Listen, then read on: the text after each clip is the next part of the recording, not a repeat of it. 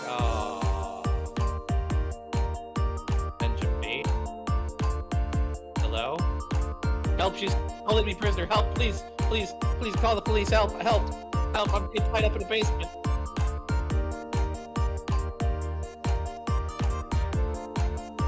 Oh, true. Yeah, it's hard to tell. It's really dark in here.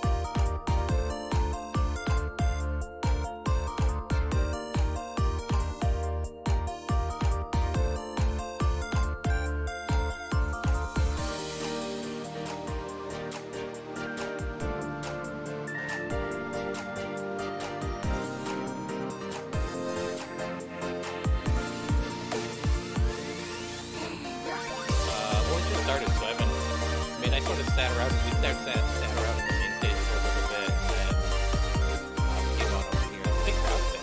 Okay, shot.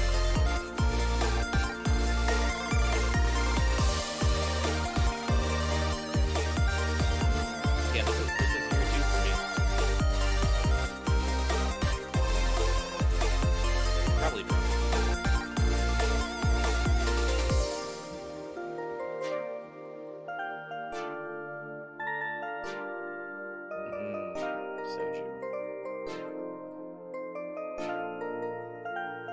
Okay, can they hear you, Scoop?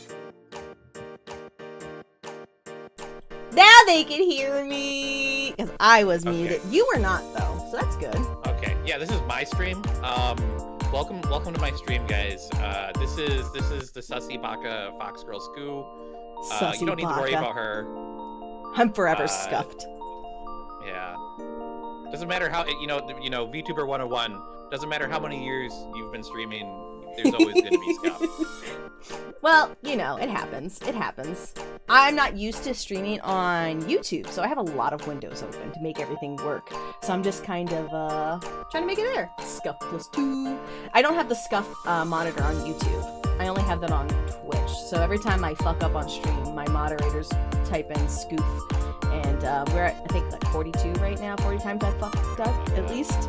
It's a lot. It happens. So anyways, this is my YouTube channel if you're new here.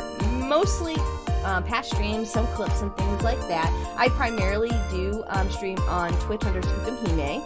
So you can find me there. It's the same on Twitter, same name.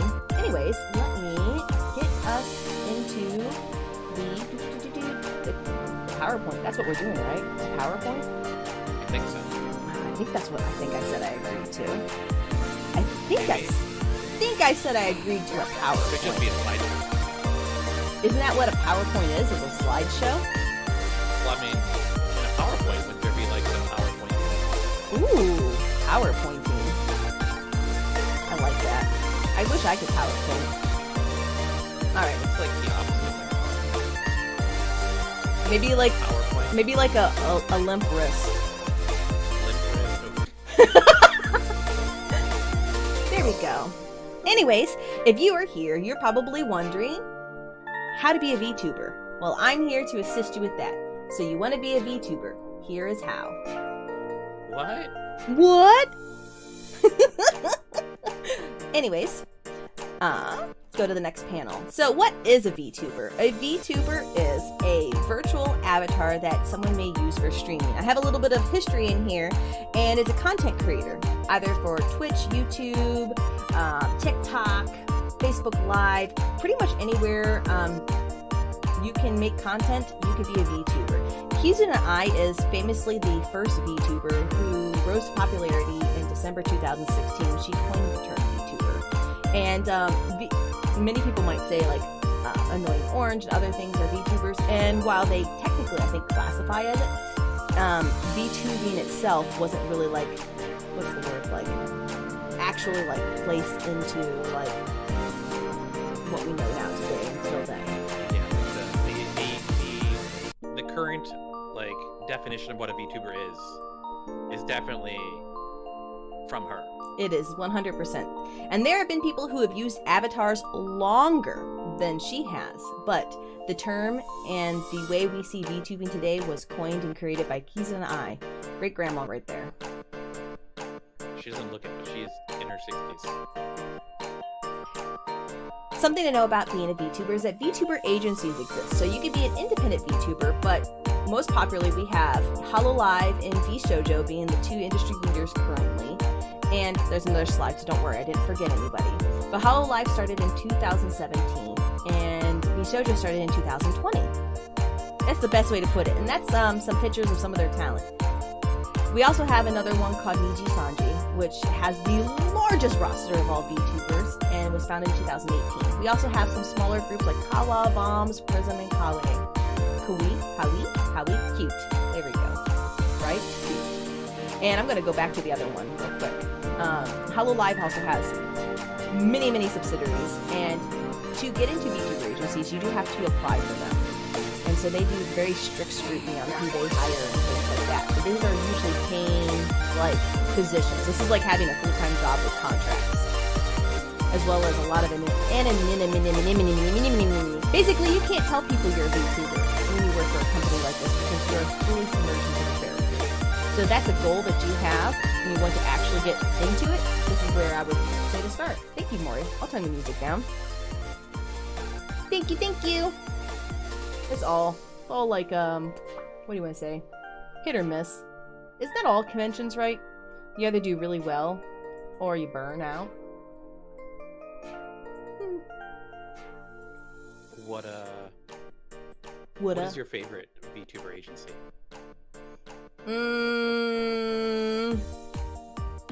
I started with HoloLive as being the initial VTuber agency that I watched because that's who I saw Korone through and some other VTubers.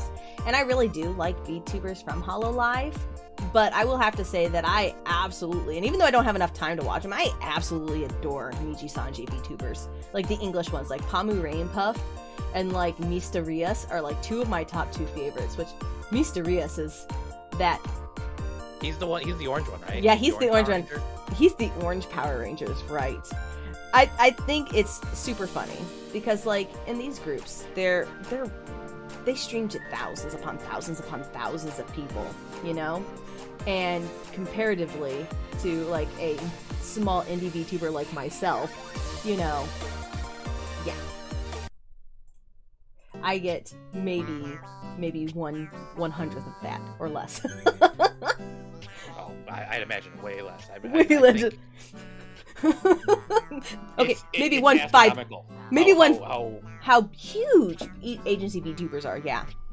They are like the majority of the market share. Yes, but they are the smallest amount of, like, when it comes to, if you was to compare independent VTubers to agency VTubers outweigh industry VTubers, like, what is it, like, maybe like 100 to 1 or something like that. There's thousands upon thousands upon thousands of small independent VTubers versus agency VTubers who they have curated staffs. Like right now, VShojo, this is their original debut picture of their first 7 talents. They have grown by what, 2 more since then? Because now they have Vei and Haruka. So they are up to 9. And something to keep in mind, the difference between VShojo versus the Japanese companies is that VShojo is a community-focused agency that's run by and for its talent. That's something that they really pushed when they debuted, meaning that with the agency VTubers, you usually don't get the option to stream how you want, what you want, when you want, all that time. You kind of have to go through the agency because since they make a profit off of you, they also have to have permission for you to do certain things. Versus VShojo can kind of run like an independent VTuber with basically help and management and things like that. So it's like being an independent VTuber without any cares.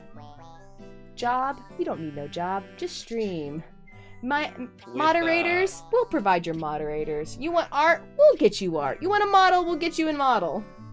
You want to change that model 10 times? Do it. With debuts for April and March, or not April, February and March, there was over 40 independent VTubers in February, and then over 50 in March that debuted.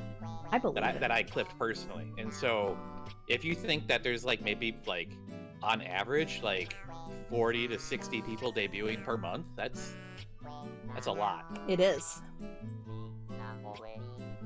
So I'm gonna go to, so if that interests you. Don't forget Vishu has Kason. Thank you! And that other chick, I can't pronounce her name. Yes, Rushia's old app. Fauna? No, Fauna is Miji Sanji. Oh. I switched back to my old music. I like this one better. Niji-Sanji. No, Fauna's not. Sorry, Fauna is Hololive. I get Ceres, and yeah, there's when designs start to clash and names start to be similar, it's like oh. So you're probably wondering now, well, how do you start? Well, first and foremost, before you stream, you're gonna have to have some equipment. You're gonna need to have a computer with a powerful enough processor, a webcam, a microphone, preferably a condenser microphone. And software that specializes for streaming. Most people use OBS, either Stream Elements, Streamlabs, or regular OBS. And you'll need a Vtuber program to run your avatar through, which there are several different ones that you can work through. Once you set up your streaming software, you're going to need to have layouts, you're going to have sounds, you're going to have all the equipment to capture, aka like you might need a capture card if you want to play video games off of, not on your computer, but like off of that. You will need to have emotes and alerts and things like that. There's a lot of small parts that go together into streaming. And so something to keep in mind that it might take you a month or more to prepare to start streaming. So if you're wanting to debut on a special day, start at least a month or more, because also you have to take in part, you're gonna have to get a model too, which how to design your VTuber is my next one. I was graciously given all these images by other VTubers. This was formed by a committee, I will say. Everybody offered something, and so you're gonna have to VTuber committee. Yes, the VTuber committee, i.e. all of my friends. But you're gonna have to basically make a design. You could go either step 1 or step 2 in either direction. You can come up with a name first, or you could come up with a design first. I would say it's probably easier to come up with a design first than it is to come up with a name. So you want to decide, do you want to be like, in this one I have a Tiger Man or a Peach above there. She's great. She was doing different outfits that she could wear. So you want to decide like what kind of theme do you want to go with? Do you want to be half animal? Do you want to be something futuristic? Do you want to be something in the past? I mean, you have endless opportunities, and then you'll have to pick a name that should be catchy and easy to remember, because that's how people will refer to you. So don't pick a name that you don't want people to call you. That's a big one right there. You see some cuties. There are cuties everywhere. VTubers are usually cute. But that's the other thing. You have to decide whether or not you want to go with a 2D, 3D model, but there's also a subdivision. Aniki here is technically being a PNG tuber without even trying. Yeah, through Fujitech. Fujitech, yep. So you can have 2D models, 3D models, or you can have what they call reactive PNGs. And these are things that you'll want to decide on too. I'm currently using a 2D model, but I do have access to a 3D model, and I would say that there is no benefit to either one. There's a lot of discussion between which will be more popular, 2D versus 3D versus our PNG tubers. Don't listen to that. Go with what works best for you. With 3D models, you have the ability to capture yourself in a 3D space, turn around completely, move your hands sometimes if you have the appropriate capturing. Where 2D, they usually come with a lot of like, it's basically like being an anime, and you have your emotes react differently too. So there really isn't a huge benefit to either one. Some people like that 2D art because you literally look like you came from an anime, but some people like that 3D look. So it really comes down to it. And a PNG tuber is just a reactive version of a 2D image. So it's pretty much the same thing as a 2D model at that point. Yeah, and I think there's a lot of perks with 3D models too. Like you can, if you mod games at all, you can bring them into like games or VR chat or... Exactly. You know, or you can use them for fancy little dancing animations. 100%. So on this page, I have 2D models, 3D models, or reactive PNGs, and I have examples of 2 of each technically. So with 2D models, they're usually hand-drawn, and they use modeling capturing systems like VTube Studio or PRPR Live, which I don't know if a lot of people use PRPR Live since VTube Studio became so readily available on Steam, but about 2 years ago, it was not. So that's something. Models can range from 300 or lower to about 5,000 or more. So 2D models, I think, on average cost more than 3D models do because of all the little details that go into it. Oh, so many details. And 3D models are made usually using Blender, or you can convert Unity models that are from VRChat or Vroid Studio, which is a free program that you can build your own 3D model in. And you can use programs like VCFace or Luppet to capture your movement. And like you said, models can be imported to games like VRChat, Craftopia. Oh, there's another one, Valheim. All those you can take your 3D model and put them right into it. And Vroids are free, but 3D models can get expensive too. So I put it there, they can be 5,000 or more, but from what I've been told by everybody, 3D models are way less than that on average, unless you're an industry VTuber. And then the little tiny little fox there, you see the mouth open and the mouth close? That's a PNG tuber there. Basically, it's a reaction one that you can use through Discord or OBS, or a program called Vtuber Mini, which allows you to have different expressions as well, but it reacts to your voice and kind of like pops up and moves around. It is a great starter model. If you're not sure how you want to start VTubing, or if you're really, really that interested, but you want to kind of dip your toes in, a PNG model is the most cost-effective, easiest way to dip your toes into it. Most artists will charge you just a minor, like, I guess you could say like upgrade fee to like have a mouth open, mouth closed, but it's just one picture with 2 different expressions, and you can start that way. You can totally work that direction. I actually recommend people to start that way if they're not sure, especially if they don't know if they really like their design or not. And always stream before you decide to become like a full-on VTuber, because if you don't like streaming, if that's your idea of a VTuber, because I mean you can be a VTuber who doesn't stream, but if your idea of a VTuber is someone who streams, then I would recommend streaming or joining people on streams beforehand. Exactly. Which is pre-debut, my next file. You're just so fast. You just get what I'm saying before I even get there. So create yourself a social media presence. As a VTuber, you'll need to build a following on social media platforms like Twitter, YouTube, Twitch, Instagram, TikTok.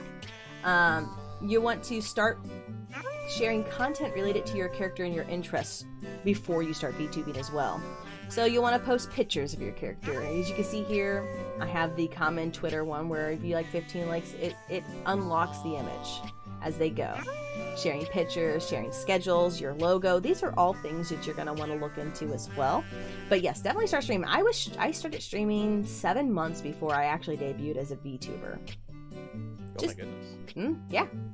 So I wasn't even using anything. I was just streaming, just to stream, and I was doing video games and stuff like that. Dream Daddy was my first like VTuber LP. No, wait, that was pre-VTuber. My first VTuber LP was Pokemon Mystery Dungeon, which is where my mascot came from. My mascot came from Pokemon Mystery Dungeon. Yeah, that was the name that we named my little companion, and he never left after this.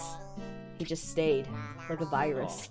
He's adorable. And that's something also people do in VTubers, is also have mascots. But yeah, you're going to want to interact in communities. You're going to want to put yourself out there. You're going to want to do some test streams. Even if you don't stream like a lot as a new VTuber, pre-debut, even if you're streaming like once a week or once every other week, just to kind of get the vibe, it also helps you learn the programs, work out any kinks that you may have going on. Like earlier, I was muted. You'll learn to not do these things. You're going to learn like how to set up your layouts and how to get things moving, like your own schedule, how long you'll be able to stream for. Some people overestimate in the beginning how long they can stream for. Like some people think that they can stream 12 hours and then lo and behold on hour 3 they're like, I'm exhausted, I'm no longer entertaining, I'm no longer having fun, and everybody has left because they are no longer enjoying watching me because you're not having fun. Why would anybody else have fun? That's something to keep in mind. You want to have fun when you stream. And so if you're not having fun, then your audience isn't going to have fun. So keep that in mind when you start out. Don't be discouraged by it. Don't be discouraged by low numbers either, especially if you just started. Let's see here. I'm pretty sure the next panel is content. My mouse disappeared. Content! VTubers are content creators first and foremost. So once you have your equipment, a social media presence set up, you need to start planning your content. Decide on what type of videos you want to make and how often you want to post them. This could include live streams, gaming videos, Q&A sessions, anything that you need your fans will enjoy. So here we have, just in general, like kind of like some clips from stuff. So that, you can see my mouse right here. That's a TikTok. That's a TikTok. Those are the kind of content those people want. That's a video right there. So these are the kind of things that people make when they start streaming. They do just chatting streams, or they make a bunch of TikToks, or they share their clips that they like on TikTok or YouTube shorts. So you want to plan what kind of content you want to make. Me, I'm an artist primarily, so most of my content is funny art and stupid clips of me saying things. That's my main bread and butter for content. But someone else's made content could be dancing videos. It could be playing a specific game and going over that. So something to keep in mind there on that as well is that you may be a one game kind of content creator, and that's okay. That's how you find your niche. So plan what kind of streamer you want to be. You may play 50 million games and be a variety streamer. You may be art only. You may be a music creator. Those are all things to kind of keep in mind as you go. Aniki, you clip a lot of people. What kind of content do you primarily see people making? Well, I mean, everyone always goes to the same few games, but I prefer to watch just chatting streams, especially for debuts. That's what a lot of people do, is they do the just chatting with like a presentation. But as far as content, you know, it really depends on the community. I feel like a lot of people do like House Flipper, or I'm a House Flipper streamer. Or they'll do like some form of Zelda games, like Breath of the Wild is really popular. I feel like slower games are really good to start off with, because it allows people to come into your chat and sort of communicate with you, like a Stardew Valley, or like maybe even like a Pokemon game or something like that. And it allows people to come into your chat and sort of have a conversation with you. Because if you're playing like Overwatch or Fortnite, it's really hard to like communicate to your chat. So it's not, I wouldn't recommend playing that one right off the bat. Although people do play it, they don't usually do it on debuts. Yeah, and that's something to think about when you debut. What did I do on my debut? I followed a HoloLive model, in a way. My actual debut, I have the video up still. We will not watch that. But I debuted as a 3D VTuber with a Vroid in 2020. And it was my birthday, and I streamed for my birthday with my VTuber self, and that was my debut. And I did some karaoke, which I'm awful at, and we played Jackbox afterwards. And so your anniversary is your birthday. I did that on purpose. It's easier to remember. It is! When did I start streaming? November 18th, 2020. When's my birthday? November 18th. That's when SkuCon happens. Ooh. But you missed SkuCon this year. Total banger. SkuCon was last year. Yeah, well, yeah, 2023. 2023 is going to be probably just as baller. I think my birthday falls on a Saturday this year. I'm hoping to see some Sku cosplayers. You mean me? I'm the Sku cosplayer? I cosplay? No, I want to see other people dressed up in Sku. That would be hilarious, but can they handle their alcohol like I can? No, that would make it even more hilarious. I would love to see just totally sloshed cosplayers just carrying around a sake bottle. That would be a dream come true for me. It happens. It happens. I'm looking at the Discord chat. Is that TF2 Rat? That is Rez Ratanak teaching me to play Team Fortress 2. Which I'm awful at Team Fortress 2. I want you to let you know that I will try any video game just about once, and that was a mistake. It was a mistake. I'm so bad at shooting games, and Team Fortress 2 was no exception. Yeah. But that's I also... feel like competitive games are very focused and focus requiring. You know, it's kind of funny, and I've noticed this in all VTubers as we talk about content, is that sometimes your favorite game isn't a game you stream. I've known many people who love, say, like playing Final Fantasy 14, and they put tons of hours into it, but they don't stream it because they love the game so much that they would rather focus on the game, and then they don't realize it. And then when if they have tried streaming it, they're like, I don't know why. I just don't do so good streaming my favorite game. It's because we love that game, and that's true with me. That's why I don't stream certain games. I love this game so much, I can't pull my focus away. So don't be afraid to not play your favorite games on stream. It's okay to keep some things for yourself.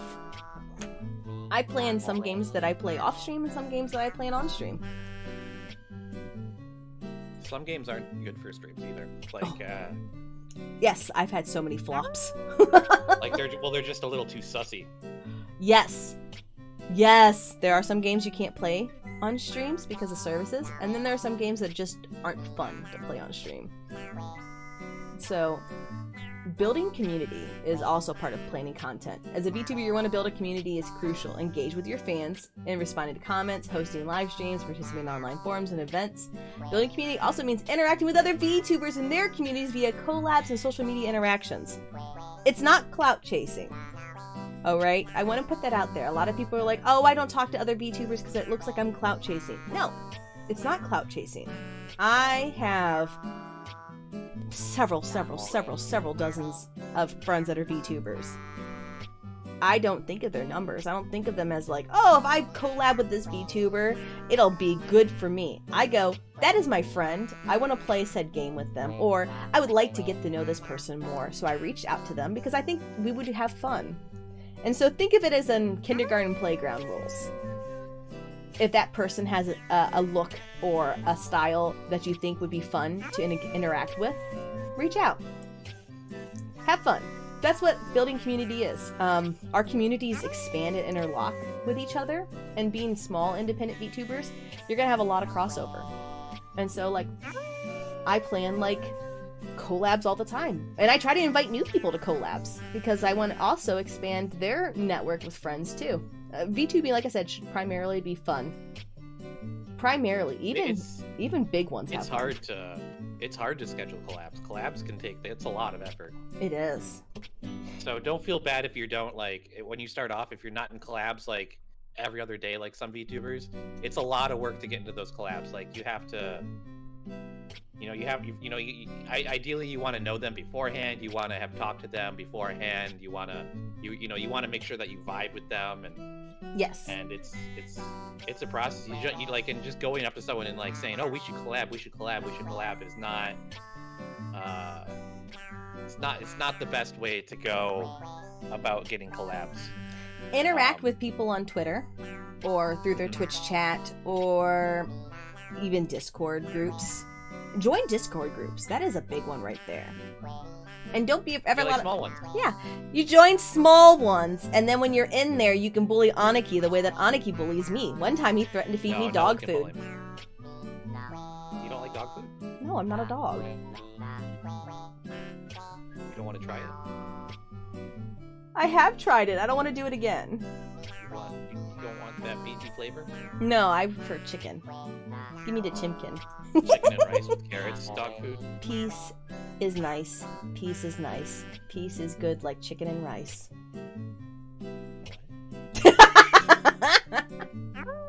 Have you not seen the Invader Zim movie?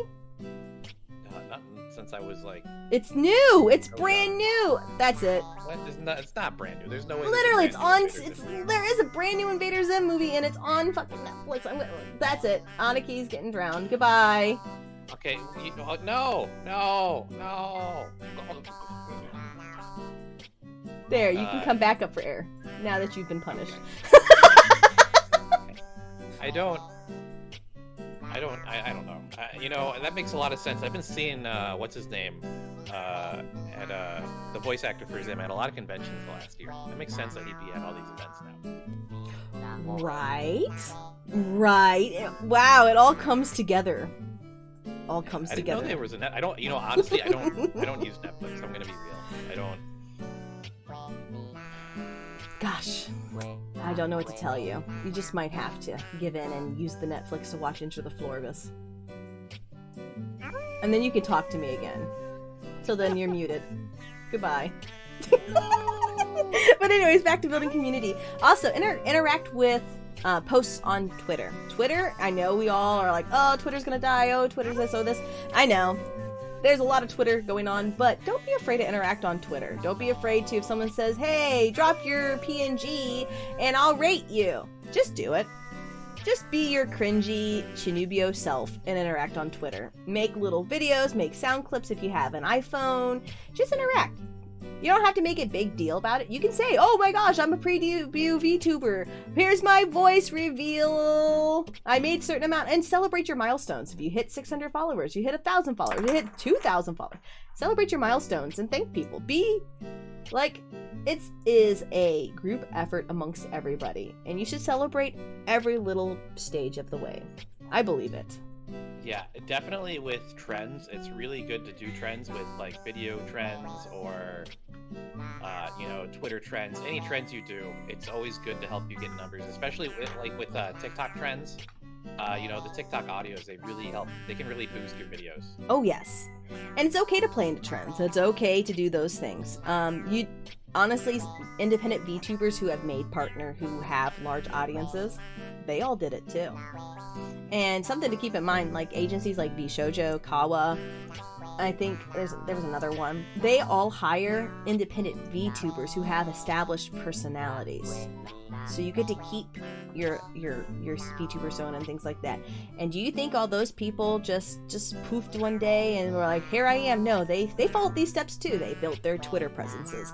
They built communities. They interacted and collabed with other people. They also did all the little things that we cringe about, little interaction videos and things like that. And they still do. Because that's what, I hate to say it, that's what works. You can make content, and you can make any content. You just have to make it consistently too. And don't stay in that whole pre-debut thing forever because you don't feel ready. Just jump in. Jump in and start streaming. Just jump in and make content. It'll all come together, I promise you. I agree. I think a lot of people.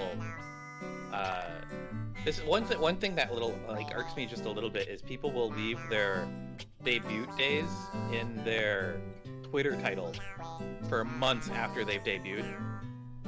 They just don't update their Twitter is like enough in a sense. I don't know.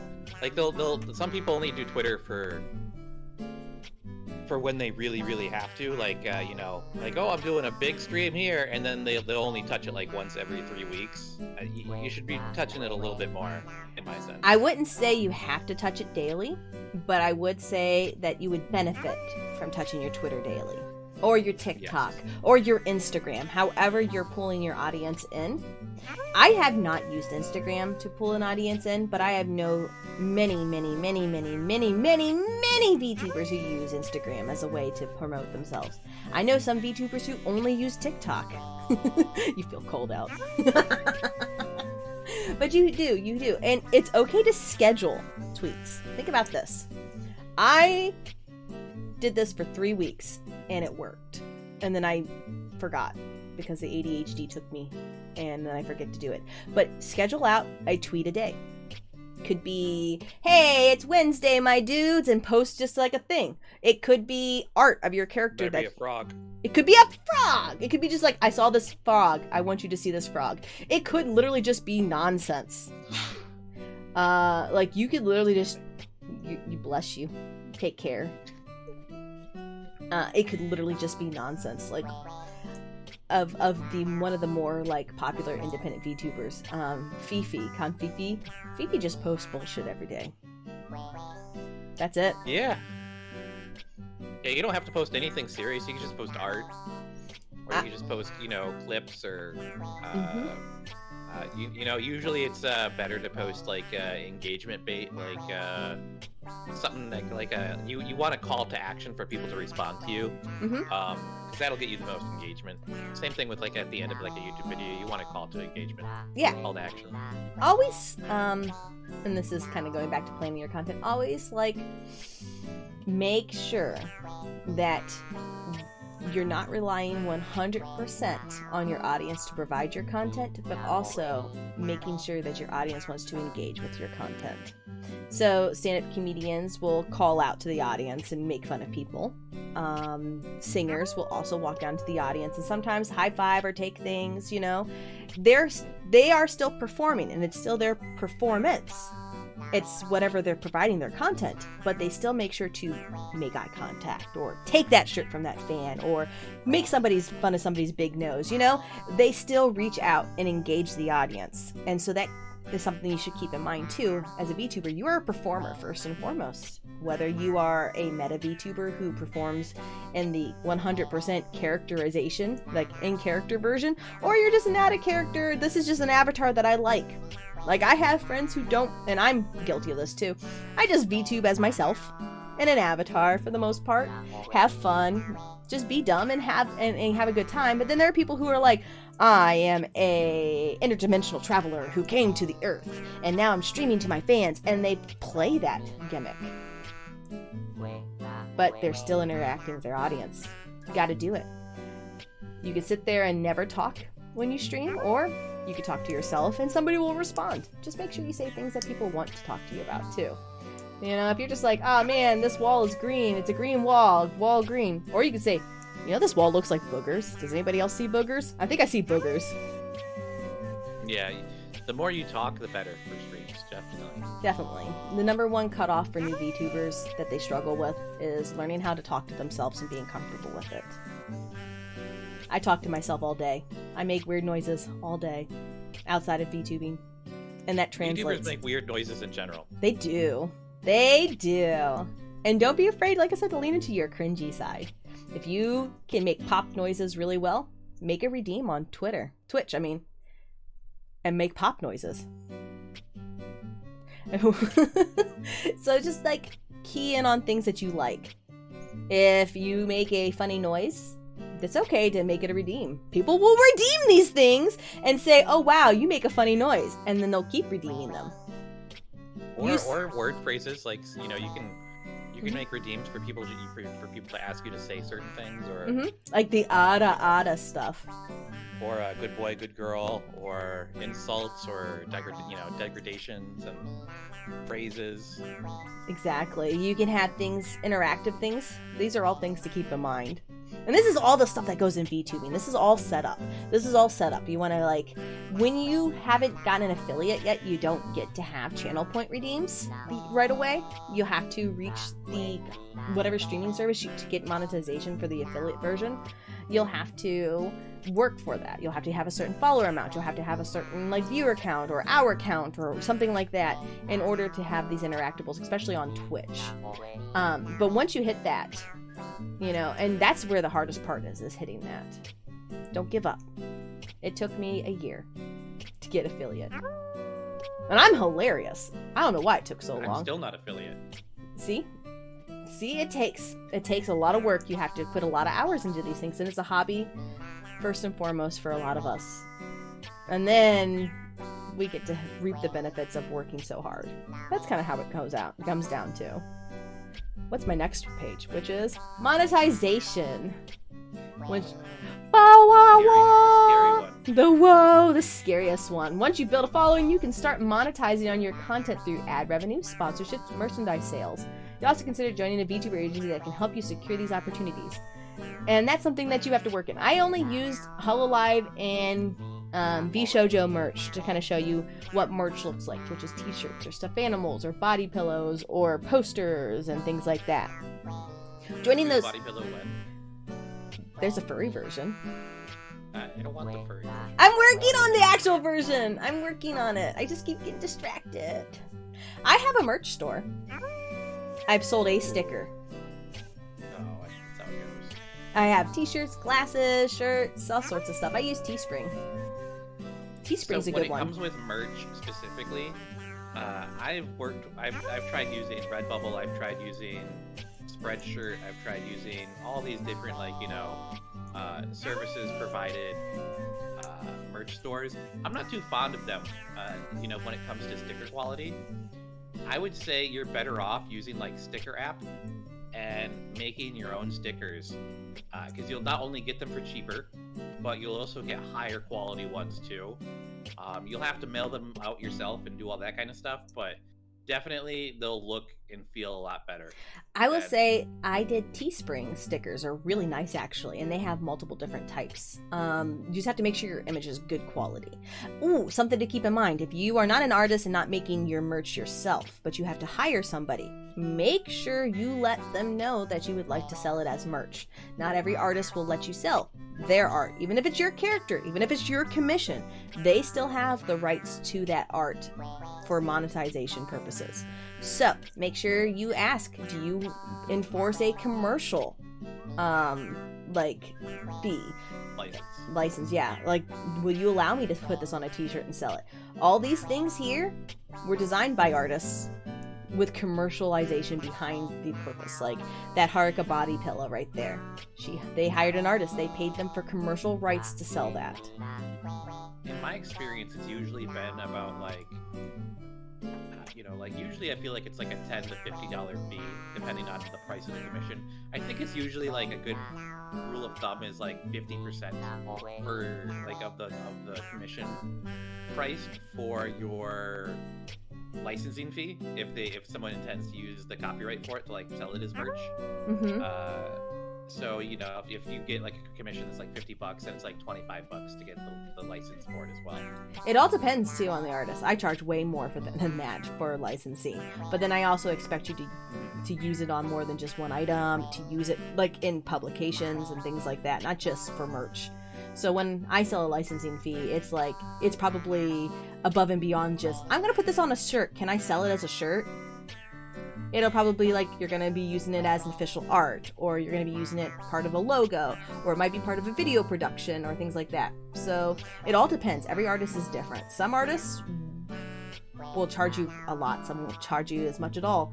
It all depends. There are a lot of groups out there that do the art. And that's something to look into too, is art and artists. And merch is harder to push when you're an indie VTuber, but it does happen. So something to keep in mind. And this also applies to sponsorships. Like a lot of people out there push and peddle energy drink supplements. You want my G Fuel? No, I don't want your poggers either. Oh, you don't want my Advanced GG or my There's so many. I've been approached by several and I've turned them down. I don't drink energy drinks. I don't want to be sponsored by something that I wouldn't consume myself. I feel that. So I have a coffee sponsorship. So I don't push nearly as much. I should. I'm also affiliate with Blurp too. So if anybody uses my Blurp link, I get a little bit out of it. But I never push it. I never push my sponsorship stuff. Is there a SKU brand coffee? I would love to make that. It would be chocolate caramel.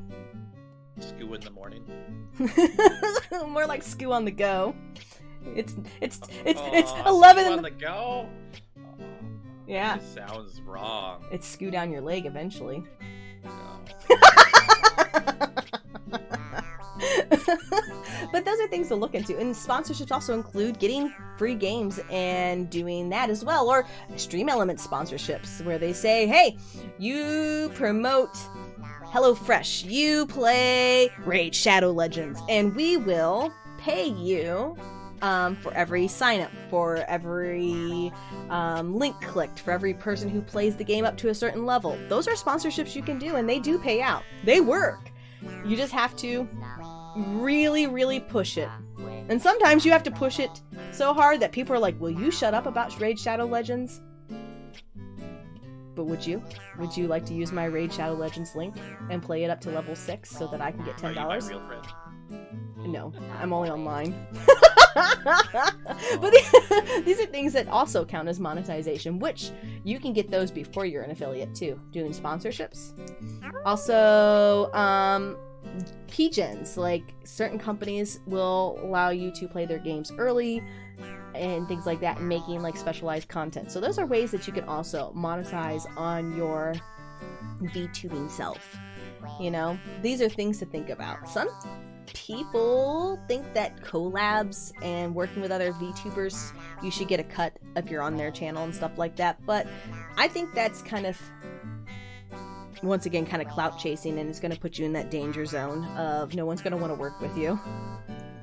Yeah, that's kind of, I don't know if I agree with that, because it's like, you know, if they always consistently get the same amount of views, and then, you know, you're just on their stream one day and you're not really contributing to their views in general, then it's not really like, you know, you might have good chemistry, but like, I mean, I don't know. I think that goes along the lines with like, you know, does the streamer also, you know, if a streamer offers, I guess maybe, but like do they also like pay their mods? Do they pay their, you know, like flippers or whatever? Mm-hmm. I literally watched a D&D group that I was going to join fall apart because one person said, well, if you stream it, because the DM wanted to stream it and be the one who hosted it. They're like, but if you make money, if someone tips you, if somebody gives you a subscription, do we get a part of that? I don't want to be on a D&D group stream, and do we get to host it? Do we get to make the money off it? I was like, really? You would rather not play D&D for fun just because somebody else might host it and make a $5 tip? Because let's be real, none of us are famous high quality VTuber, like I say high quality, high end, you know, VShojo or HoloLive and VTubers. We're not getting thousands of views. We're not getting thousands of dollars a month in stream revenue. So you would rather make a big deal about somebody making a $5 tip or getting subscriptions with your like your voice and you playing a game. I think that's really part of the course. I think the exposure of just being with a group, seeing how you work chemistry wise, and then promoting yourself that way is better. Like, hey, look, come watch me play D&D. I am entertaining, I am funny, here's my character. Link back to me if you like me. Because usually your DM will say, and these are the people who are streaming. If you like them, give them a like and a follow. That's part of collabing. It's like that networking and branching out your groups. But literally, I had to leave because once they started talking about monetization of a D&D game, I was like, wow, that's not a vibe I wanted to get in on. That was, it felt way too selfish. Really. Sounds like someone was RPing as a goblin a little too hard. Their kobold fingers took a little too much. So that's some things to think about. That's my next panel. Oh yeah, we're actually almost done. I told you it would take me about an hour. So we talked about how we're VTubing starting in about 2016 in December with Kizuna Ai, who was basically our grandmother of all VTubing. We also talked about VTuber agencies such as VShojo and HoloLive and Niji Sanji, which are groups that started shortly after Kizuna Ai and have talent, is the best way to put it, in some form that is a full-time job, and they are relatively larger groups that their streamers get large audiences. We talked about the types of VTuber models like PNG tubers, 3D models, 2D VTubers, and the programs that used to run them and their costs and their benefits and their limitations to some extent too. We talked about equipment needed, like a computer with a good processor, webcams, good microphones. Please don't use headsets. If you are watching right now and you are using a headset as your main primary source for audio capture, please save up and get a good mic. There are so many resources out there on Google. Just type in Best Condenser Mic 2023. You will hear audio clips, like the mic guys and things like that. They will walk you through. There are headsets that have good mic quality, yes. But what mic are you using right now? I am using a Audio-Technica 8T 2020. That sounds pretty good. Thank you. It is a industry standard one for voice acting, actually. I've got an AverMedia something. I don't know the numbers. I'm not going to literally downcast anybody who has a Blue Yeti at all, but I do know that a lot of people have had issues with them and their quality and their consistency. But if that's what you have to start off with, that's what you start off with. But Shure is a great one. Audio Technica makes good ones. Goodness, there's just so many good mics out there that you can get, and you're gonna expect to pay around $100 for a good mic, more or less. I've had people. I have a blue Snowball. That's their version below the Yeti, and I got one of the earlier versions. And I can tell you now from experience, the cord on it, there's no latch-in for the cord, so the cord slips out like willy-nilly. I have a friend who has one, and literally, if she yells, it automatically cuts her out. With the blue products, there's a lot of built-in features. And if you have to start with a headset mic, that's part of the whole just getting started and going and getting and running, like literally putting your feet on the ground and running. But yeah, please just invest in a great mic. It will do you all the good services. Having a bad mic does you no service. I will tell you right now. So please. It's in video production, there's a thing that says audio first. Because it doesn't matter how bad your video is, if your audio sucks, no one's gonna watch it. So audio first all the time. It's just what you should do. And it took me a long time to learn that on my own. And I feel like audio has one of the steepest learning curves of anything. It does. Because audio levels are such a pain to like what do I sit at? What does background music sit at? What does what do my collab partners they need to be at? Like what does this game need to be at? Like there's so many different audio levels when it comes to streaming and recording and making content. It can be really daunting. It can be. Can you guys just picture this? Something about whenever you've watched videos on YouTube and you're like, man, they are out in the woods running around, but I can barely hear them. Or have you ever watched a show or listened to music where the audio quality was very poor? It makes you not want to, but you will watch a video of poor video quality as long as you can hear it. And that's why audio is first. And that is something that's like, I hate to push, but it is industry standard that you want to make sure your audio is good first and foremost. Good audio direction is I know we yell it in movies at the boom mic holder, but the boom mic holder is the most important person. I think it should be a national holder. We need a national holiday for boom mic holders. I was a boom mic holder. I used to do boom mic holding a lot for back in college. I did cinematography for a lot of independent stuff because I have steady hands. I do not have steady hands. I've got very shaky hands. I've used my camera phone, like my phone camera, and recorded stuff, and people are like, did you use a tripod? I'm like, nope. That is me death gripping it and not moving. But I know, I think we kind of got a little off track on talk about it, but good equipment makes the difference. It makes the huge difference right there. Is having good, like, you can use your cell phone for video capture for like VTube Studio. You can do it for VC Face as well, I believe. I don't use VC Face, so I'm not as familiar with it.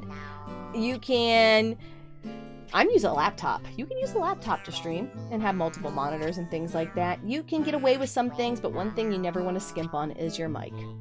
So keep that in mind. It could be your first, like, I'm working towards buying a new mic. Please subscribe or donate, and this is what we're doing. People like to see that kind of stuff. Like, what are you using donations for? What will it contribute to? Like me, I go, hey, I'm working towards buying a new model, like another outfit. If you like and subscribe or donate to my coffee or get commissions from me or anything like that, it's going to that. Or my internet bill. Either or. Those are things to think and be very honest and open with your stuff. And part of pre-debuting is, yes, you're going to want to stream actually before you actually debut. There's a common misconception that you don't want to stream and show off stuff. It's okay if you use a PNG model and not your actual model to start VTubing. So say, like, I don't want to show off my 2D model yet, or my 2D model's not done yet, but I have art of my character, and the artist was able to give me, like, an open mouth and a closed mouth version. Start there. Get all the bugs out when you stream, and you start streaming. Just go for it. Don't keep yourself in a cage and only posting occasionally on Twitter or TikTok or something just because you're like, well, we haven't started streaming yet and I don't want people to know what I look like because that's the big reveal and things like that. That's fine if you want to have a big reveal, but put some content out there. Let us get to know you. Let us get to fall in love with you, and let us get acquainted with who we want to watch in the future. So put that content out there. There's a lot of pre-made VTuber models that you can get, like customizable models that you can change the hair color or the eye color. You can get a lot of those out there. You know, sometimes they're a little bit of money, like $30 or $50 or something. But yes. You know, if you want to start VTubing, that's a really good way to jump on board and just immediately, get used to the streaming setup, get used to being a VTuber. But at the same time, for small ones, it makes it hard because sometimes I don't know if someone's using a pre-build. It's I try not to feature people with pre-builds because I feel like it's not the best showcase of the VTuber. I think it is probably okay because when you stop and think about it, as long as it's not someone who's using a known character, if that makes sense. If somebody's using what's her name, who they make all the assets for, it'll come to me eventually, but anyways, it's the blonde-haired girl and she's an actual anime character and they made a VTuber model for her and they make all the cursed assets. Marin, there we go. You might not want to showcase someone like that because that's literally an actual character, but I actually on my Twitter all the time share freebie models that are customizable that you can literally make your character within it. It's still a free model or a very low cost one, and you can use Etsy, you can use Fiverr, you can use Booth, there's so many different ways you can get VTuber models. Ko-fi, people have Ko-fi models and they put things on there. So there are so many places that you can get a low cost model. I am guilty of buying pre-mates and then asking the artist if I can either A, alter them, or B, pay them to alter them. Gasp! But that's the benefit of being an artist too, is that you can also alter your own stuff. I've made my own models. That's also something you could do. You could watch tutorials and make your model from scratch. And guess what? That is actually good content. Good content! Make your own model on stream! Learn to rig on stream, and watch videos and things like that. And guess what? It pays off. People like to watch that stuff. And that's part of creating content and using social media, promoting yourself, getting to know other people, building a community, doing collabs and things like that, planning what kind of content you want to make and how you want to present yourself. So these are parts of things that we went over as well. And don't be afraid to be silly. Be a silly little goofy goober online. It's okay. Just don't tell your mom. Or maybe there are famous VTubers out there whose moms are also in on their VTubing stuff. I can think of some. Iron Mouse's mom is I was thinking Pecora's mom. Oh my god. Poor Pecora. Pecora is a HoloLive VTuber, so you cannot know who she is, and she's not really supposed to allow anybody to know her IRL stuff. But she brought her own mother on stream, and they drank alcohol together, and her mom looked at comments, and her mom was hella disappointed. But her mom was still supportive, I joked about getting my mom on stream. My mom doesn't understand anything, and that's okay. But I think she would have a blast listening to people make fun of me. I don't think my mom would understand. I think my mom would be like, why is the hentai moving? Why is the hentai moving? Because she thinks all anime is hentai. I don't think my mom even knows what hentai is. My mom thinks everything's anime. Just everything's anime. I go to a convention, doesn't matter what kind. Oh, you're going to one of them anime conventions. I used to make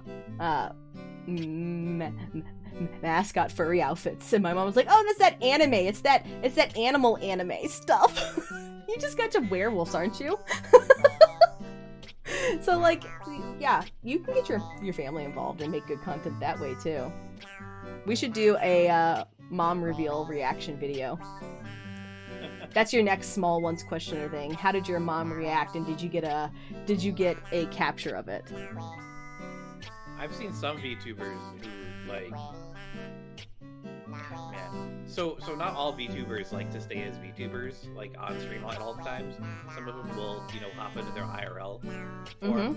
I've seen some VTubers just straight up bring their like family on stream or their friends on stream. Yes. Like just chill with a beer. I have several friends who do both. So I have friends who do both skin tubing and VTubing. Skin tubers, man. A lot of skin tubers, sometimes they become VTubers, and sometimes, VTubers become skin tubers, and sometimes, like Kason. Kason does both. Evanito does both. Connor does both. You could be a well-known VTuber and do both. Or you can keep your anonymity and no one could ever know who you are IRL, and you're just a face online with anime eyes and a big bushy tail and sharp teeth, and everybody makes fun of you. And some people really like that. Some audiences are really into that specifically. They really like getting lost in that the character is a character. Yes, and that's part of community too. That's why you have like some VTuber communities are really big into the RP. And I feel like that goes along with that aspect of like really getting into the character. Right? So I know that's something you've done on Small Ones is featured like lore. Like, I have lore for my character. You're a fox. I'm not just a fox. My character was born to you're a Yakuza. Yeah, well, more than that. My character was born to a political family who didn't know that there was a generational promise to a kitsune spirit. So many moons ago, a kitsune spirit was passing away in the mortal realm, and a samurai came across them and told them that they would take their spirit and take care of them and nurse them back to health if they would grant them children. And so throughout the generations, a teal-haired fox child was born every so often, and it was a blessing. But in the modern day and age, that's not a blessing anymore. It's considered a negative PR thing. So the family gave Sku up to a Yakuza orphanage, where she caused way too much trouble, cost way too much money, and so they sold her off to a maid cafe to make all that money back. So literally my VTuber self is, I'm bad at everything, I need to make money to pay off my debts because I'm a naughty child, so please support me. That is literally my lore. Naughty child. Just a naughty child. No, that. Never mind. But those are I don't play into my characterization often, but it's something that everybody knows, and people like that about me. That they're like, oh, Sku's just an ornery little rotten fox child who owes a great deal of money to the Yakuza, which it's a great deal of money. It's not easy raising a child. It's also not easy raising a child who causes as much mischief as I do. Yeah.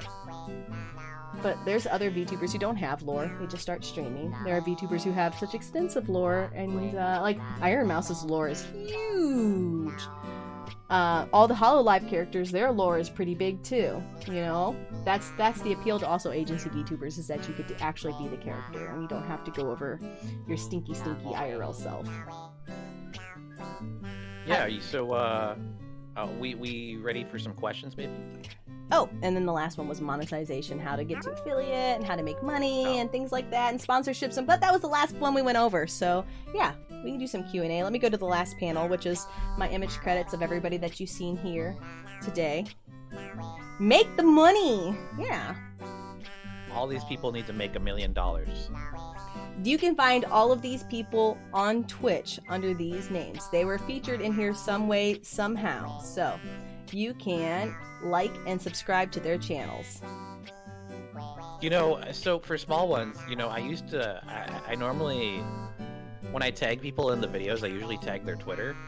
And I'm thinking maybe I need to start tagging their Twitch, because it's a lot harder to change your Twitch handle. But some people change their Twitter handle way too often. I thought about changing my Twitter handle, and then I realized I've had this name for 20-some years. It's too late to change now!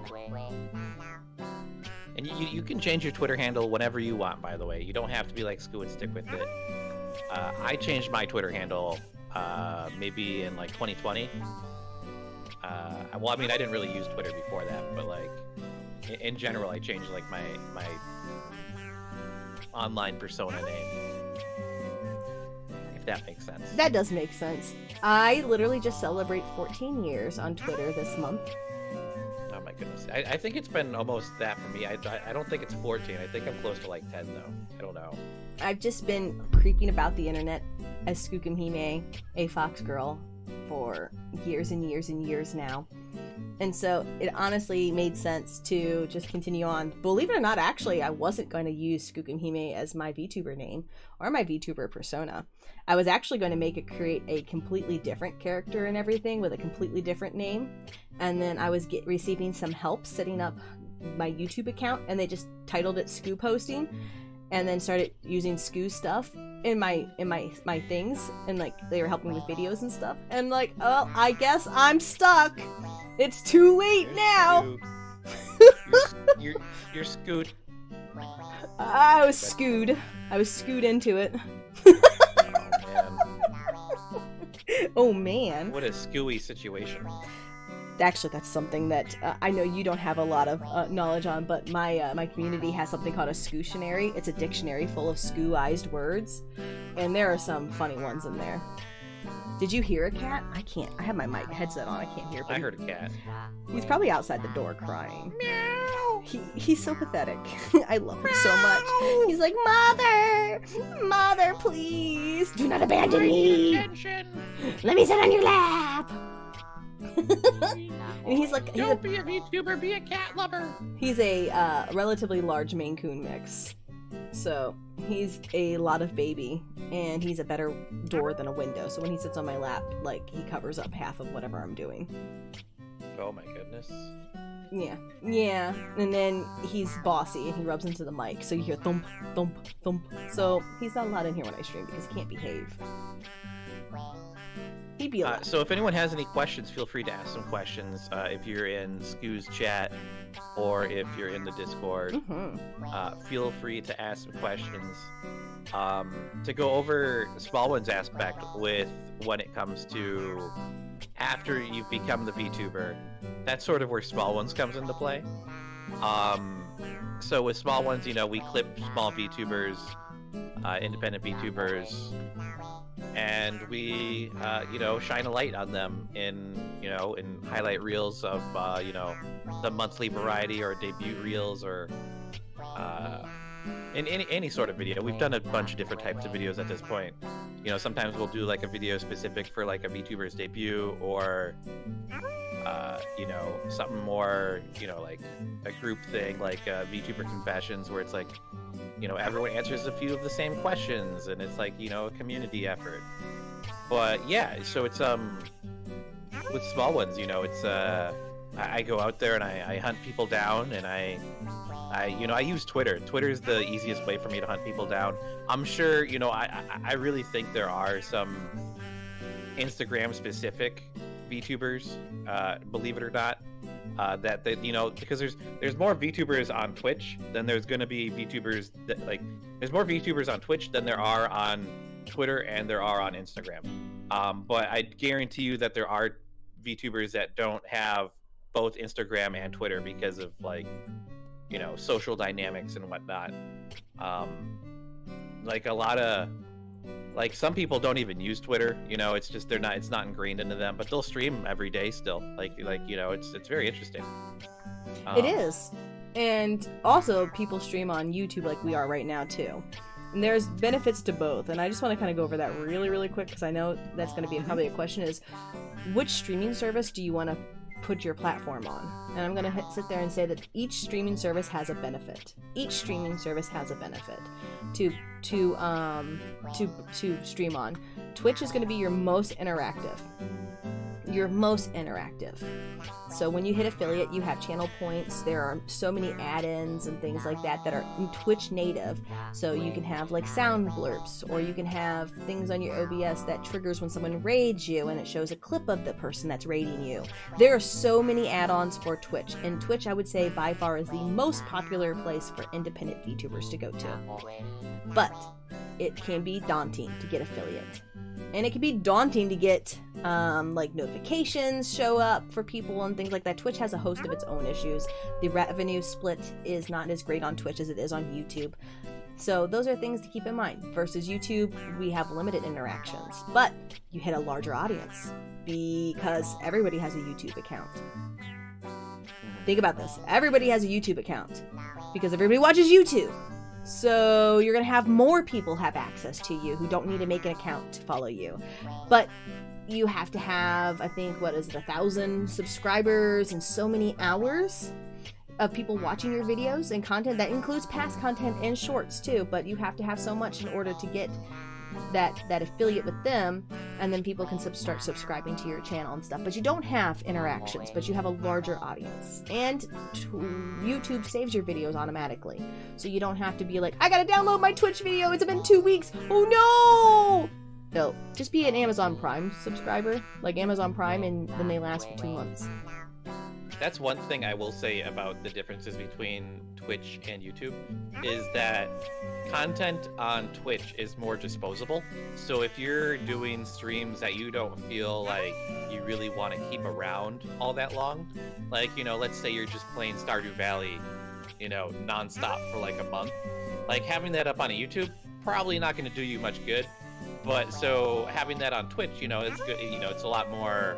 I feel like there's a lot more benefit to being on Twitch with that type of scenario. But for a YouTube stream, YouTube streams will last forever, for years and years and years, because YouTube will, you know, they'll archive it and they separate it out. So YouTube separates it from your videos.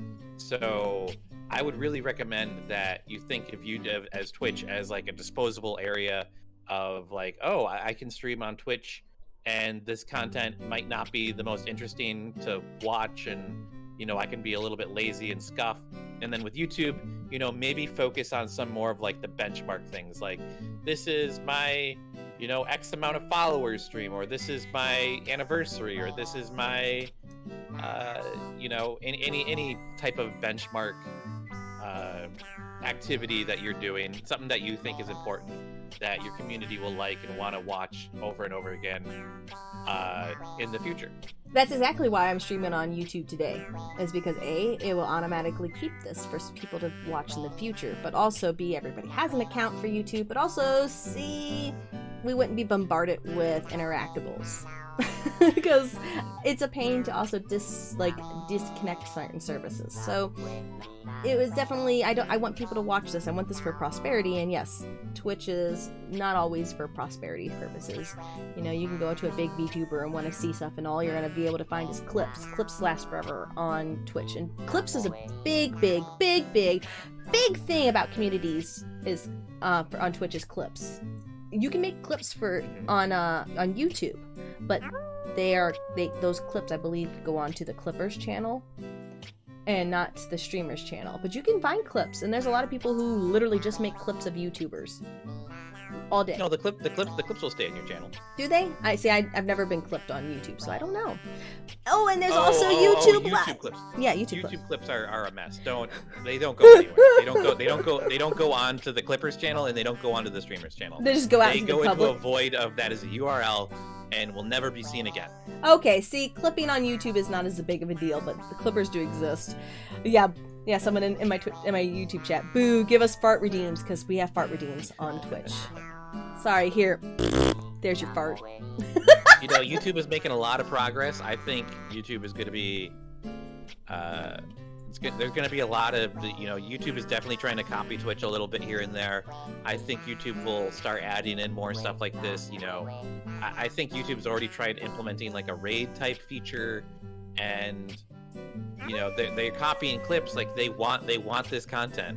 I will say there's one benefit to streaming on YouTube, and that is YouTube Shorts.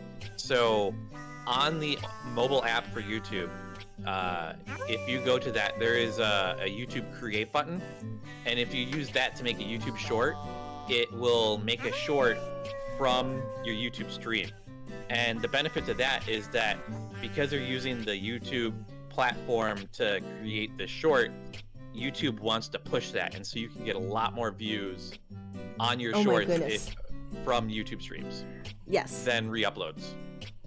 So I literally watched my channel go up like almost 200 subscribers because I was putting out YouTube shorts that I had made on TikTok first, and I decided to reshare them on YouTube. Mind you, the comment section is the worst. Do not read your YouTube comments. You will get nicer reception on TikTok for your shorts than you will on YouTube. That is to be known, so just so you know, if you do both, on TikTok you'll get a lot of parasocial interactions and people are telling you they love you and they want to marry you and they love all this stuff, blah blah blah blah blah blah blah. On YouTube, you're going to get a lot of negative comments, people calling you cringe, people telling you to quit, people telling you that's what's wrong with the internet today. So don't let it get you down. Just think of it this way. Everyone has a YouTube. Not everybody knows about VTubers, and this pushes out to even non-VTubers in all countries, all over the world. So some people don't know that the sound you're using is popular on TikTok or popular on Twitch or popular on the internet somehow. They might be like, oh, gross, you're using a voice and it's disgusting. I don't like it. I don't get this meme. And they might comment. And they're also mostly 13-year-old boys. So keep that in mind too. I've gotten a lot of, specifically recently, I've gotten a lot of hate on YouTube Shorts for VTubers in general. Mm-hmm. So, be warned out there. Which is so weird to me because I feel like for my YouTube channel, so I have a live action YouTube channel, and then I have my VTuber YouTube channel, and then I also have an animation YouTube channel. And on my animation YouTube channel and on my live action, my IRL channel, nothing but positive comments, like 90% of the time. Like, in fact, like 99% of the time. VTuber channel, it's really split. Like, I feel like there's a lot, like, it's just there's a lot of hateful people out there for VTubers at the moment, and unfortunately, they just, they don't know what they're talking about. And I think YouTube Shorts just doesn't. YouTube Shorts pushes out their shorts to anyone and everyone. They don't really have like an algorithm to target like specific YouTube viewers at the moment. And so it's not like when you make a YouTube short, it's going out to and you tag it like VTuber or animation. It's not like it's going out to people who like only animation or VTubers. It's going out to everyone. And so there's a lot of hate because they're getting content that they don't want in that sense. Yes, and you can also stream live on TikTok. That's something you can do. Streamlabs has an integrated version if you pay for their subscription to Streamlabs. You can switch directly to stream directly to TikTok. That's something that you can do. You can also stream on Facebook Live as well. I don't know anything about Facebook Live, but everybody has a Facebook, so keep that in mind too. I mean, if you really want it, I bet there's a market for Facebook Live VTubers if you want it to be some type of niche boomer. There are VTubers that are like only some Mickey Facebook Mouse Live. Look-alike. There are no joke. There are literally VTubers who only stream on Facebook Live. There are a few. We should invade them. Aniki, that should be a mission. Scoo and Aniki review Facebook Live VTubers. Oh god, that would. I feel like that's just bullying, but it could be interesting. Well, we won't say anything negative. We'll be like, oh look, oh my gosh, look at the interactions they get. Look at this, look at that, look at all the benefits, and just feature some Facebook Live VTubers. Look at that, giving you more work to do. Chop chop! I'll give you work. I know how to make you work. Work. Maybe sometime in the summer. Okay, that's fair. Me, I'm a great drill sergeant. I get distracted easy. Too much work, man. Too much work. I still have all of March debuts that I have to edit and put out, and it's like 3 videos in rough edit layouts at the moment in Premiere, and then like 40 clips I haven't downloaded yet, and I haven't even like clipped all of them yet. I need to gather clips from like a certain date onward. At this point, still, it's a lot of work. You got this. I just have commissions I have to finish. How dare you not finish your commission? I have so many projects that I'm working on. I just never start because I get distracted, and then I go, "Ooh, look at this shiny thing!" And then they're like, "Scoo, weren't you working on this?" Blade, Scoo likes making other people work. It's true. For someone who doesn't like to work, I sure do work a lot. Let's see here. What else? What else were we going over? Different platforms and the benefits. I guess that's pretty much what I would think about that. Let me see if we have any questions, comments, concerns. We have 2 different chats running. We have the Discord chat and the YouTube chat. If there's something that I didn't mention that you think is important, go ahead and drop it in. I will read it out. If there is anything that you wish you would have known before you started streamer. If you're a VTuber who is watching, let me know. I will tell you right now, the number one thing I wish I knew before I started streaming was don't do collabs with people you don't know. Like me. I've talked to you a few times before, but I mean, like, I have literally jumped into group collabs where I knew like one person with other people, and then listened to somebody else just like said and did things that were not kosher on my own channel, and here I am broadcasting it, and I'm just like, whoa. I mean, like, I got yelled at because I have a habit of cussing, and not everybody likes it. I've been behaving this entire YouTube stream. Have you heard how much I'm behaving? I'm watching my mouth so hard. I know. I try so hard not to, but some people don't want cussing. They don't want adult content on their channels, and so like there have been arguments. I've had people drop, like in a group one before, drop out because like somebody said something and they're like, my stream is literally PG-13 and I don't allow that. I don't allow sexual content, I don't allow cuss words, I don't allow any of this, so you need to watch your mouth. And they just like left the collab. So I mean, you know, they gotta follow their rules, right? I mean, if they didn't make it clear, that's their fault, but if they made it clear and someone violated that, I totally understand. It was just one person organized it and just never got everybody together first, and that happened. And so like it was like, oh. So that's also the thing. Chat to the people you're collabing with first and make sure it's good for you. Like, I do a lot of collabs with the same people over and over again, not because like I'm trying to be like, oh, these are my friends. It's more like, I know we get along. I know our communities like our interactions. I know what I'm getting into, and it's going to be good content. I love streaming with new people. Absolutely adore making new friends and streaming with new people. And that's why I do like a collab once a month where I quote unquote hire a new cafe staff and we just pick on that person for 2 hours or more. So that's how you make good friends, right? It's a way. But that's something to keep in mind too, is that not everyone will get along. Collabs are hard to schedule. They're even harder to schedule with people that are in different time zones. I've done collabs with somebody in Cambodia, which there was a clip of me on there, like a little picture of me on there earlier. We're 12 hours apart. I was streaming at 10 o'clock, which is way later than I would ever stream. And it's 10 a.m. for them. The next day. It's really hard in general to like there's a lot of VTubers who are like in the UK, and it's so, like you know, they're so amazing, and even just watching their streams can be hard because it's like different times of the day and just time zones, man. Time zones should be illegal. Time zones, I think daylight savings time should be illegal. Time zones make sense to me. But that's something to think about too. And joining groups on Discords is the way to go. I am in so many different collab groups. It's nice because then like you make new friends. I even have a collab group Discord that I run for people who want to do stuff with me, and they could also use it for anything else, but it's not as active, but it's there, and I do collabs with it and stuff like that. So you can even start your own group, invite your friends to be friends with your other friends, and make a big thing out of it. That's also something. So, oh my goodness, try new things. That's also something. Try new things. Yeah, you know, this is something that I view with success is there is what you think you need to do to be successful is a box. It's a box shape. But what you really need to do, what you want to be is a box. You're in this box, right? And then what you need to actually do to be successful is outside of that box, right? So like everything that you are is in this box, and that's you condensed to a certain point.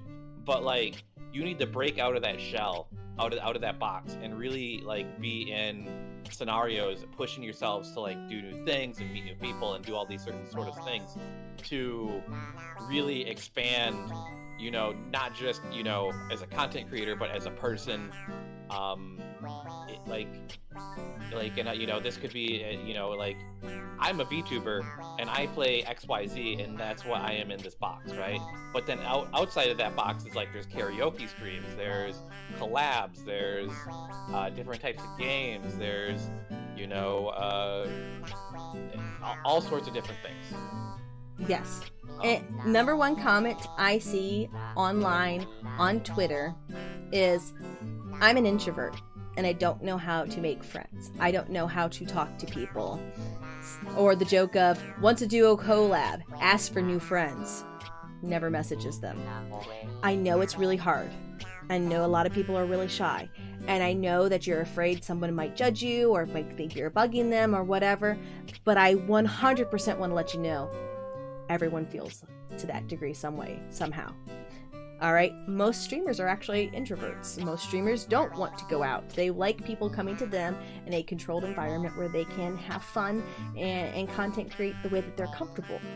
We're all like that to some extent. So if you approach somebody the way you would want to be approached, do that. You know? Yeah, like, for instance, I feel like I come off as an extrovert. Like, I feel like you probably come off as an extrovert a lot, too. I was not like this when I was younger. I was very introverted. You know, it takes a lot of, like, experience and, you know, just, how do you say, like, being put in situations that you're not comfortable with to become as comfortable with, you know, new situations. Mm-hmm. And being not in, you know, like you know, how like you need to pass the vibe check, right? Like, if you're in a situation that doesn't make you comfortable, you need to pass that vibe check to make it comfortable. So that way, like, you know, like, you don't want to be the cause, you don't want to be the freak out, right? Mm-hmm. It's also okay if you tell people on Twitter too.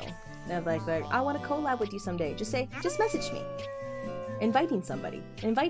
Hey, this is my Discord, or message them first. Message me on Discord anytime. We can work together. Or say on Twitter, hey, someone responds to you. Yeah, just send me a DM.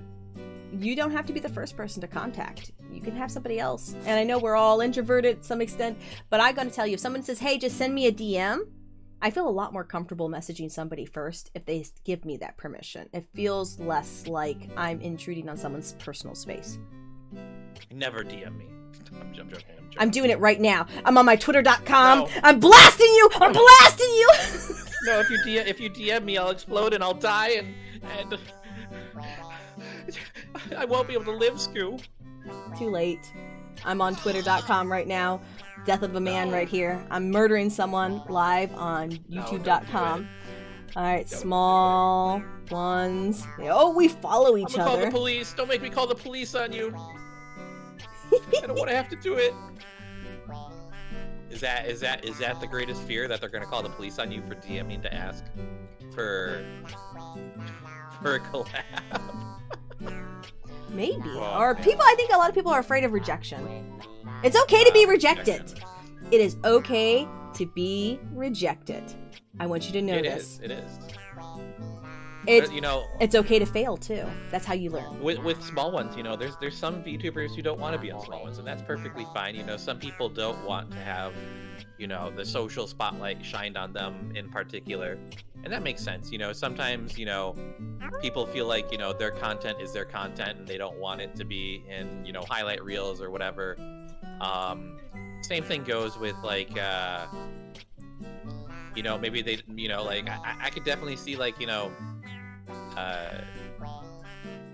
in a sense, you know, you could consider, you know, like a VTuber highlights is like a collection of VTubers, and you're kind of treated like a little bit like a commodity in that sense. And I could see that some people might not like that. Yeah. You know, but it again is just a way to, you know, shine a decent light, like a nice light on people, and be like, oh, this is a VTuber, you should check them out, blah blah blah. Yeah. And oh gosh, I sent you a Twitter message because I'm a jerk. Oh my god, how dare you. I'm gonna make a call out post. I'm gonna be like, Scoo sent me a Twitter DM before I said it was okay. That's a thing too, and Discords too. Some people will say, please don't, like, there's rules, don't DM members unless you have permission. And I think it's a good rule. But if you get the permission from somebody, or if you offer to let them message you, I think you will have a great time. Trust me. Trust me, it doesn't hurt to make new friends and try new things. And here's the biggest one. The biggest lesson I learned in VTubing. Don't fight your audience. If your audience wants to call you a stinky, nay, cringe, piss baby, just lean into it. What's wrong, stinky something piss baby? Alright, if they want to make fun of you for being short or old, just let them. Because guess what? They like you. They're gonna pick on you. And they're gonna find something that they think is funny. It's okay if you shut down mean comments, like if they're honestly being mean and things like that. But if people are like, I'm not very tall IRL. I get made fun of being short all the time. There's nothing I can do about being short. Honestly, I can't grow. Platform heels. That's the only way, but naturally I'm 5'4". I'm not growing any. Bone implants. Yeah, bone implants. I'm not going to get any taller by any stretch of the means anytime soon. How tall did you say you were? 5'4". That's not what you said the other day. I'm 5'4", yes. You said you were 5'1" the other day. I think you're... I'm not 5'1". Oh my god, no, I'm not. No, I'm 5'4", I swear. It's everyone always brings up my height. I swear I'm 5'4". I think you're adding a few inches right there, Scoo. Yeah, telling Scoo not to do something is basically guaranteeing it to happen. This is true. But, yeah. I get made fun of for being short. I get made fun of being small. And I just lean into it. There's nothing wrong with being small. Nothing wrong with being small. Nothing wrong. Nothing at all. Just be proud of the little things. Honestly, if people want to make fun of me for being short or quote-unquote old, if that's the best they got, then they must like me quite a lot. But I'm not old either. I'm 25. I'm not wearing 4-foot platform heels, Blade. I'm tall. I swear. I'm 5 foot 4,000 inches. Look it up. I'm the size of a planet. If I Google it, is it gonna have your height right there? Yes. Google me. Google me. Chat GPT. Who is Skookumhime? She is a 5 foot 4,000. Not gonna know. Let's test this out later. Let's test it out later. ChatGPT couldn't even give me 10 anime females.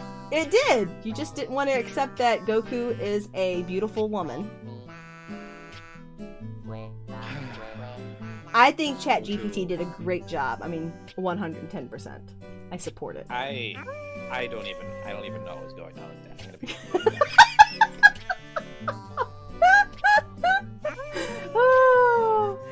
Oh gosh. I asked it weird questions and got weird answers, and I was happy. I asked it, like, what it thought about AI stuff, and it broke. What do you think of that new AI VTuber, the Nero-sama? I think she's hilarious, but the mods need to watch a little better because there are some bad actors in there who try to instigate inappropriate responses. Oh, really? Oh, yeah. There have been some very inappropriate responses. I'm not even going to repeat. They are, like, you're like, whoa, you just can't. And so, like, or, like, somebody triggered her to give out their Bitcoin address. Like, so the mods, she has a Bitcoin address? The mod who like the one who owns it apparently had something connected, and the AI had information, and they were like, what is your password and your address or whatever for your Bitcoin wallet? And she started to give it. Oh my god. What do they do? Do they just cut it off? They stopped the stream. Bam, gone. It shut down. So yeah, I think Nero-sama has a lot of potential. I think it's hilarious and very interesting, but definitely there's a lot of people in there who are going to mess with it. And she's shockingly good at singing. I think so too. Did you know there's a person out there, another VTuber, who's using AI? They put their voice into it, like a voice version of it, and started making songs with it. No. Yeah, they were like, this is AI generated voice of me. The AI is learning my voice and how I say things and is singing for me. And I was like, that is amazing, and I want to do that because I can't sing, but maybe AI Scoo can sing. AI Scoo. Maybe AI Scoo would have a better singing voice than me. When AI Scoo takes over, the world is doomed. When there's more than one of me, the world is doomed. Let's be real. let's be real, this has been a thing since I was young. Where, like, if there are ever two of you, the world is over. Because we can't even keep up with one of you. Yeah, that sounds about right. What else? I haven't seen anybody message back about, like, things they wish they would have known. Any questions, though? Aniki, do you have any questions? Any questions for me? Any concerns? Let me think. I think.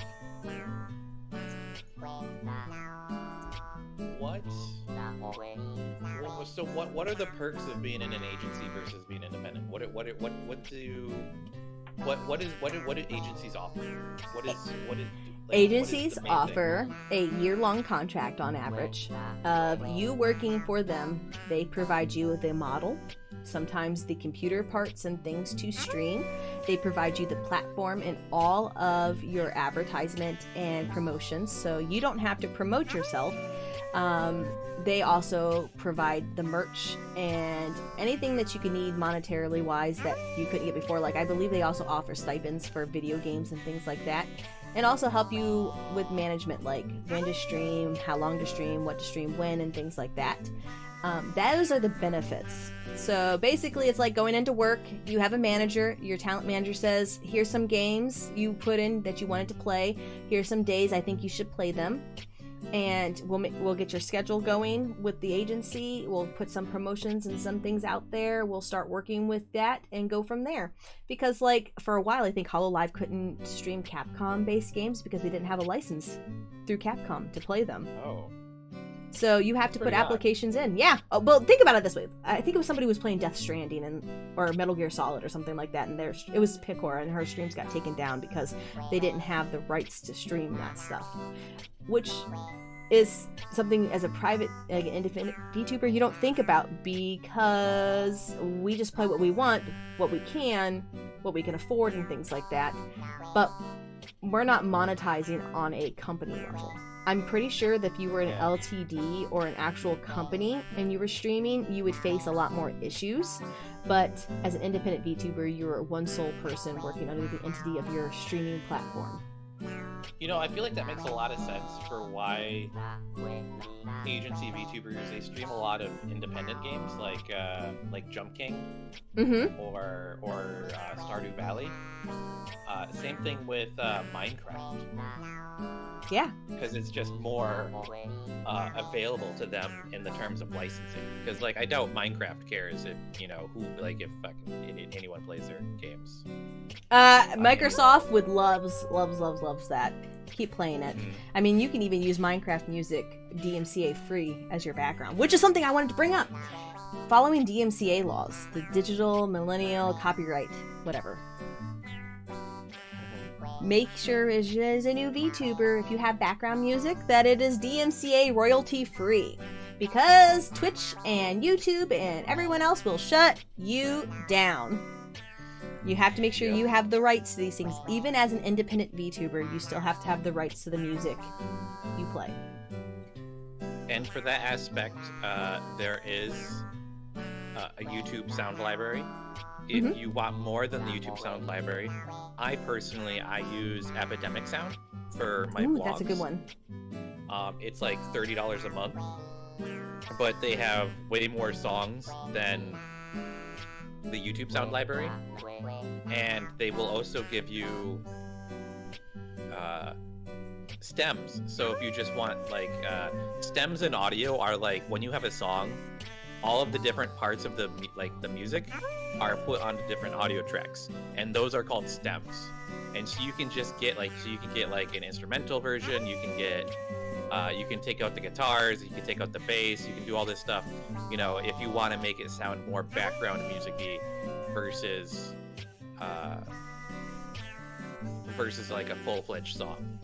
Yeah, and there's also programs like Pretzel Rocks, which integrates into your Twitch as well, lets people know what the song's playing, and those ones there are also songs that you can work with. There are also a lot of artists who produce things like Miracle Sound produces a lot of music that is DMCA free. So make sure you look into who they are and what rights you have to play their music. And go from there. And it's something to think about too when you're playing video games still, like Borderlands, Return, the Telltale game. One of my like videos was muted during a part of it in the VOD. If you go look at it on Twitch, one of the clips or whatever, it got muted because the song at the end on the credits, I didn't close it fast enough, was copyright protected. So they muted it. And they do that on YouTube too. That happens to me a lot on YouTube, I'm gonna be honest. You know, with vlogging, I go to all these different locations and you can't control what's played. Yeah, like if I'm at a convention and I want to use the audio because I'm talking to someone, but for some god darn reason they've got Kanye or Drake playing because they got a DJ and the DJ's playing. Oh, I hate DJs so much at IRL events, so much. They ruin vlogs. I feel it. So something to keep in mind too is games, even though as an independent VTuber you can pretty much play whatever game you want, the music isn't spared. And I think that's so strange. Also, you can't watch shows on YouTube or Twitch with other people unless you're using the watch party feature on Twitch. You can't just be like, we're gonna watch all of this anime today, chat. Come sit and watch. You can't do that either. So those are things to keep in mind. You could do it with other things, like TikTok clips or YouTube funnies and things like that. You can get away, but also you still have to worry about music being played. Once again, it always comes back to music. You have to be so careful about that. Anyways, we were talking about agency VTubers, and that's something they don't have to worry about because their company will help take it over. Yeah, they get licensed. But downside is you can't collab with everybody you want to collab. You can't always play the games you want to play. You can't reveal IRL information about yourself. You have to play a character. You have complete anonymity. And there's strict rules. There are very strict rules. And number one thing about an agency VTuber minus VShojo and Kawa is that if you want to quote unquote quit the VTuber group you're in, say like, I've been streaming for such and such group for 3 years, I think it's time for me to retire, but I don't want to stream anymore type thing, you don't get to use your character ever again. They wipe you off the face of the planet after that. They literally will archive your stuff and no one has access to it. You are gone. Your image and everything's gone. Like that, I think they do it because they don't want to have to cut you in on the monetary value of it anymore because it makes it hard from an accounting point of view. But it's so weird to just like wipe someone off the face of the earth like that. Yeah. And so that's the downside. That's the big downside. So say I was working for a VTuber agency currently right now, and tomorrow I decide to retire. I will lose my likeness. I can never stream under Skugum ever again. I'm gone. I can never talk about it. Too. I'm gone. I've been canceled. Goodbye. Gone, girl. But that's something to keep in mind about VTuber agencies. I think VShojo gets to keep your likeness forever. I think that's part of their contract, is that they get merchandising rights for you joining their agency. You can do whatever you want type of thing, and they support a lot of like monetary things, like they help you get models and artists and things like that. But I think if you was to retire from VShojo, I think they still keep your likeness for merchandising. I think VShojo probably offers a lot of Twitch-based incentives, because I do know that one of their founders was like one of the first Twitch employees. Yeah, imagine if other industries just erased people when you quit. I mean, I don't think other idol industries do that, do they? Well, with an idol, it's like a person. You can't erase a person. But VTubers and like Hololive and Nichi Sanji are considered idols. It's idol culture, big time. Yeah, but with like IRL idols, you can't really do that. But like, I mean, I guess maybe with like actors, kind of, right? Like, I feel like there's some actors out there who are like acting when they're not acting, if that makes sense, because they're trying to put on a persona, and they're not like real to begin with. Like Larry the Cable Guy. They're like performance part. Yeah, like they're a performance artist, right? Mm-hmm. Like so you know, if Larry the Cable Guy sold Larry the Cable Guy to someone, you know, he probably, you know, or like maybe even like I bet you or if you play like a character like on SNL maybe, I'm sorry, I just had a funny idea, and it's a stupid one. But do you think original Avril Lavigne still gets royalties now that new Avril Lavigne has taken her place? What? There's a conspiracy theory that Avril Lavigne retired and her stunt double, her stunt person, took over her job. And I was just thinking, like, they did erase original Avril Lavigne, didn't they? Didn't they? That's crazy. You should look it up. It's hilarious. It's my favorite. It's my favorite conspiracy because it hurts nobody. Well, I think we're pretty good on our presentation. Yeah. You know, as far as questions goes, I don't think we've gotten too many. I feel like we went over a lot of good topics. Mm-hmm. And I'm good to call it whenever you are, Scoop. All right. I think that's pretty good. I think we did go over pretty much everything. I don't think anybody else had any other questions, and I think we're pretty much good to go. But yeah, thank you guys so much for tuning in.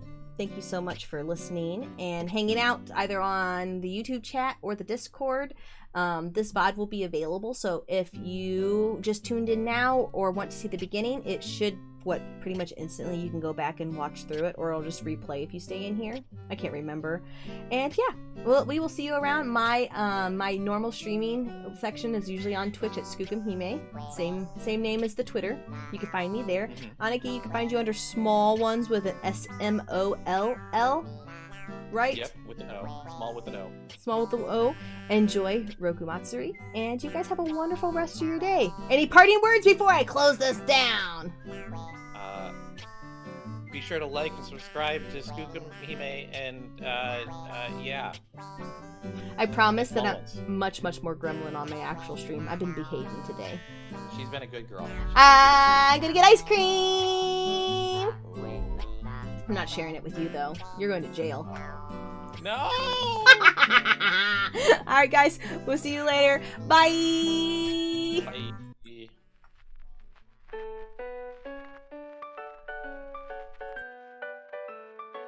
The last comment is